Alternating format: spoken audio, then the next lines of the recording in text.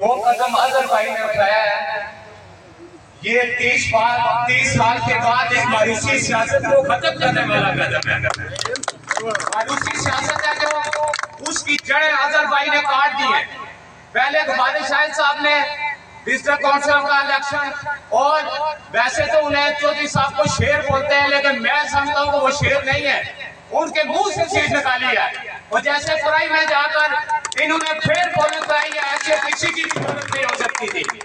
मैं समझता हूँ कि कलकत्ता के लोग खुशकिस्मत हैं कि गुबारी शाहिद जैसे आदमी इंग्लैंड से आके आपकी आज आपके पीछे यहाँ रह रहे हैं।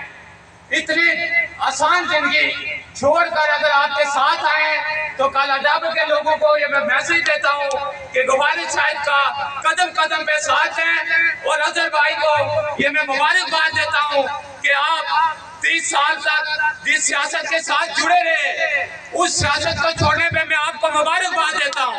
और मैं समझता हूँ कि जो 30 साल जो जुल्म और बर्बरियत हुई है यहाँ पे, उसका अब अजहर भाई और गुबारी शाहिद साहब उनसे बदला लेकर दम लेंगे।